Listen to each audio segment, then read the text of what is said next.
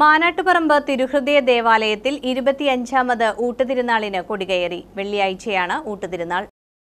മാനാട്ടുപറമ്പ് തിരുഹൃദയ ദേവാലയത്തിൽ 25ാമത് ഊട്ടുതിരുനാളിന് തുടക്കം കുറിച്ചുകൊണ്ട് വാടേൽ saint George ഇടവക വികാരി ഫാദർ ഡെന്നി മാത്യു പെരിങ്ങാട്ട് കൊടികയറ്റി. തുടർന്ന് വിശ്വാസികൾക്ക് നൽകുവാനായി തയ്യാറാക്കിയ നേർച്ചപ്പായസം ആശീർവാദ കർമ്മവും നടത്തി.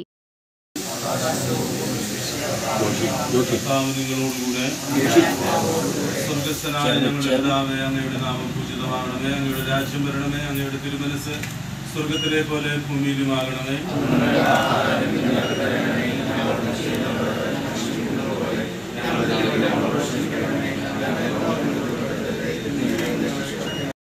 ഇടവക വികാരി father Marydas Kocheri, father Nivin Nixon Puthukkada, general convener Philip Komarappilly, ഇടവക കൈക്കാരന്മാർ, കേന്ദ്രസമിതി ഭാരവാഹികൾ എന്നിവർ നേതൃത്വം നൽകി. ഈ വർഷം 25ാമത് ഊട്ടുതിരുനാളാണ് മാനാട്ടുപറമ്പ് തിരുഹൃദയ ദേവാലയത്തിൽ. കഴിഞ്ഞ 24 വർഷങ്ങളിലും തിരുഹൃദയനാഥൻ നമ്മെ പല രീതിയിലും പല വ്യക്തികളിലൂടെയും തിരുഹൃദയനാഥൻ നമ്മളെവരെയും അനുഗ്രഹിക്കുകയായിരുന്നു.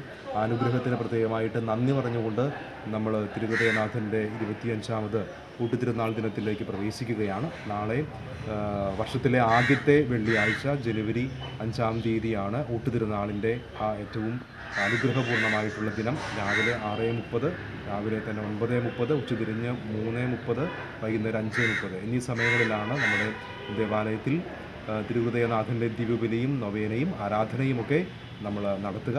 രാവിലെ 9:30 ദിവ്യബലിക്കാണ് ആഘോഷപൂർവകമായിട്ടുള്ള ദിവ്യബലി അർപ്പണം. ആലപ്പുഴ രൂപതയുടെ മെത്രാനായിട്ടുള്ള അഭിമന്യ ജെയിംസ് റാഫേൽ ആനാപ്പറമ്പിൽ പിതാവാണ് നാളെ ദിവ്യബലിക്ക് മുഖ്യ കാർമ്മികനാവുക. അതിനുശേഷം അദ്ദേഹം നേർച്ച ഭക്ഷണം ആശീർവദിക്കുകയും എല്ലാവർക്കുമായിട്ട് നേർച്ച ഭക്ഷണം വിതരണം അതിനുശേഷം നമ്മൾ ആരംഭിക്കുകയുമാണ് ചെയ്യുക. ഈ വർഷം ഏതാണ്ട് 50,000 പേർക്കുള്ള നേർച്ച ഭക്ഷണമാണ് നമ്മൾ ഇവിടെ ഒരുക്കുന്നത്. അതോടൊപ്പം തന്നെ 12,000 പേർക്കുള്ള നേർച്ച ആയിട്ട് നമ്മൾ നൽകി വരുന്ന പായസവും തയ്യാറായിട്ടുണ്ട്. എല്ലാ രൂപത്തിലും എല്ലാ രീതിയിലും ജനങ്ങളുടെ വലിയൊരു കൂട്ടായ്മ, തിരുഹൃദയനാഥൻ്റെ ഭക്തരുടെ വലിയ കൂട്ടായ്മയുടെ ദിനമാണ് ഓരോ ഊട്ടുതിരുനാൾ. ആ ഒരു കൂട്ടായ്മയൊക്കെ ഇവിടുത്തെ ഈ പ്രാവശ്യത്തെ പ്രവർത്തനങ്ങളിലെല്ലാം വളരെയധികം വ്യക്തമായിട്ട് നമുക്ക് ദൃശ്യമായിട്ട് കാണുവാനും സാധിക്കുന്നുണ്ട്. എല്ലാവരെയും നന്മ നിറഞ്ഞ ഈ ഒരു ദിനത്തിലേക്ക് പ്രത്യേകമായിട്ട് ഞാൻ സ്വാഗതം ചെയ്യുന്നു, ക്ഷണിക്കുന്നു.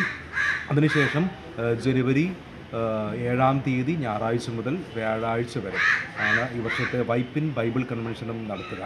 ജോർജി പള്ളിക്കുന്നേലച്ചൻ്റെ പ്രത്യേകമായിട്ടുള്ള നേതൃത്വത്തിലും പ്രാർത്ഥനയിലുമാണ് ഈ വർഷത്തെ വൈപ്പിൻ ബൈബിൾ കൺവെൻഷൻ നടത്തുക. അദ്ദേഹം തൊടുപുഴയിലുള്ള താബോർ ധ്യാന കേന്ദ്രത്തിലെ ഡയറക്ടറാണ്. അദ്ദേഹത്തിൻ്റെ ടീമംഗങ്ങളുമാണ് 5 ദിവസം നീണ്ടു നിൽക്കുന്ന വൈപ്പിൻ ബൈബിൾ കൺവെൻഷന് വേണ്ടിയും നേതൃത്വം നൽകുന്നത്. എല്ലാവരെയും ഏറ്റവും സ്നേഹത്തോടുകൂടെ ഊട്ടുതിരുനാളിലേക്കും അതിനുശേഷമുള്ള വൈപ്പിൻ ബൈബിൾ കൺവെൻഷനിലേക്കും സ്വാഗതം ചെയ്യുന്നു.